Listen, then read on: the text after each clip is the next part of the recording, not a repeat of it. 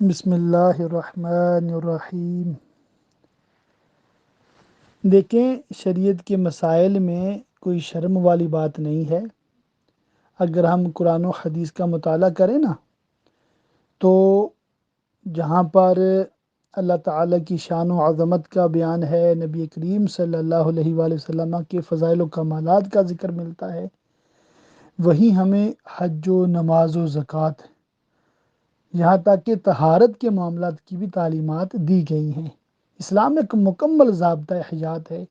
ہمارے ہر سٹیپ کی ہمیں مکمل رہنمائی ملتی ہے۔ ہمیں اسلام نے کسی کا محتاج نہیں چھوڑا، حتیٰ کہ استنجا طہارت کے مسائل بھی بیان کیے ہیں۔ انہی مسائل میں سے ایک مسئلہ موئے زیر ناف کا ہے۔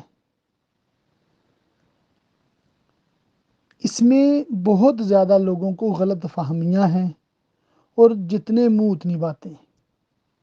پہلی بات تو یہ نوٹ کر لیں، جب بھی آپ نے کوئی مسئلہ بتانا ہے، دماغ پہ زور دینا ہے اپنے، اور سوچنا ہے جو میں بات کرنے لگا ہوں، کیا میں نے کبھی یہ بات کسی سنی، حنفی، بریلوی مفتی سے سنی ہے، یا میں نے ان کی کتاب میں پڑھی ہے؟ اگر تو جواب ہے ہاں، تو پھر تو بیان کریں، اور اگر جواب ہے نہیں تو ہرگز بیان نہ کریں، اور اگر جواب یہ ہے کہ مجھے شک ہے، تو پھر بھی رک ہی جائیں تو بہتر ہے۔ ٹھیک ہے؟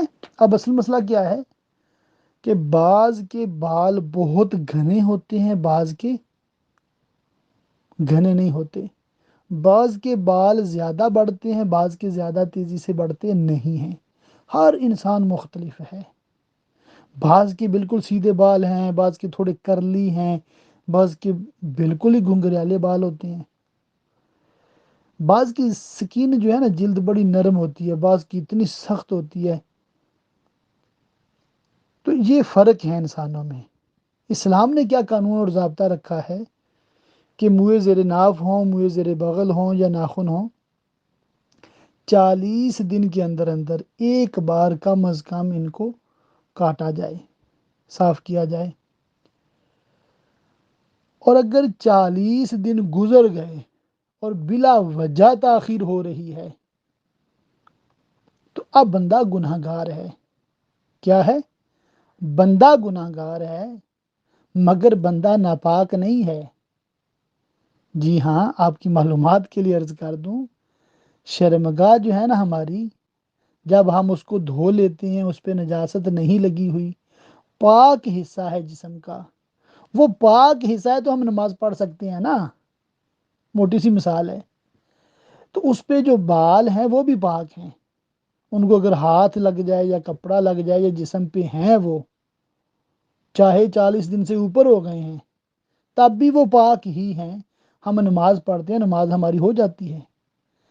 اور جو ہم کھانا کھا رہے ہیں، حلال کھانا کھا رہے ہیں، وہ مکروہ نہیں ہو جاتا پیارے بھائی، وہ بالکل حلال ہی رہتا ہے۔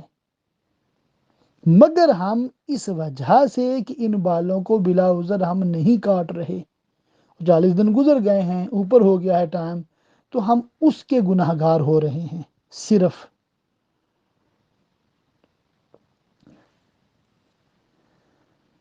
اب یہ مسئلہ ہے کہ اس کی حد کیا ہے۔ دیکھیں، موئے زیر ناف، منہ کہتے ہیں بال کو، زیر کہتے ہیں نیچے، ناف کہتے ہیں ناف۔ تو یہ جو آپ کا بیلی بٹن ہے نا، پنجابی میں اس کو تنی کہتے ہیں، ٹھیک ہے؟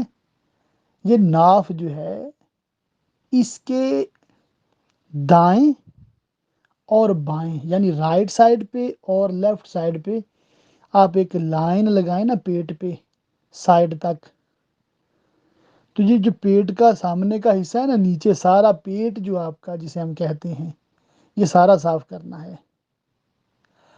اور پھر جو شرمگاہ ہے، اس کے ارد گرد جتنے بال ہیں، اس کے اوپر جو بال ہیں، وہ سارے صاف کرنے ہیں۔ حتیٰ کہ جو 2 مردوں کے خصیے ہوتے ہیں گول، ان کے اوپر جو بال ہیں وہ بھی صاف کرنے ہیں، مگر ذہن میں رکھیے گا یہ صفائی آپ کسی بھی چیز سے کر سکتے ہیں، بلیڈ سے، کینچی سے، استرے سے، مشین سے، کریم سے، پاؤڈر سے، کوئی بھی چیز استعمال کریں، مرد یا عورت سبھی کے لیے جائز ہے۔ اب اتنا شعور تو ہر ایک کو ہے نا، کوئی ایسی چیز نہیں استعمال کرنے کی خواہ زخم ہو اور نقصان ہو، احتیاط کے ساتھ کوئی بھی چیز استعمال کرنی ہے۔ اس میں ٹانگوں کے بال شامل نہیں ہیں۔ ٹانگ تو سمجھے نا کس کو کہتے ہیں؟ یہ جو آپ کے پٹ ہیں پنجابی میں کہتے ہیں، اس کو اردو میں ران کہتے ہیں، انگلش میں تھائی کہتے ہیں۔ اب دیکھیں، ٹانگ کا بالکل جو اوپر کا حصہ ہے نا، یہ شرمگاہ کے ساتھ ملتا ہے، جوڑ جو آپ کا، تو یہ جو پٹ ہے، یہ جو ران ہے، اس کے اوپر جو بال ہیں یہ کاٹنا ضروری نہیں ہے، یہ اس کا حصہ نہیں ہے۔ اور جو پچھلی شرمگاہ ہے اس کے سوراخ کے ارد گرد جو بال ہیں ان کا کاٹنا بھی ضروری نہیں ہے۔ ٹھیک ہو گیا، حد پتہ چل گئی، اور کاٹنے کا پتہ چل گیا اور ٹائم کا پتہ چل گیا۔ تو 40 دن میں کم از کم ایک بار، اور ہر 2 ہفتے میں کرتے رہیں تو بہت اچھی بات ہے۔ 2 ہفتے سے زیادہ ہو جائے نا تو ویسے ہی جسم میں تھوڑی سمیل آنی شروع ہو جاتی ہے، وہ بھی جس کو آئے، جن کو نہیں آتی تو وہ تو مطلب اللہ خیر کرے، 2 مہینے بھی نہیں کاٹتے تو ان کو کوئی سمیل نہیں آ رہی ہوتی، ایسی بھی مخلوق پائی جاتی ہے۔ اور یہ تو اسلام کا حسن ہے، باقی لوگوں میں تو یہ شعور بھی نہیں ہے کہ ان کو بھی کاٹا جاتا ہے۔ بہرکیف یہ مسئلہ ہے۔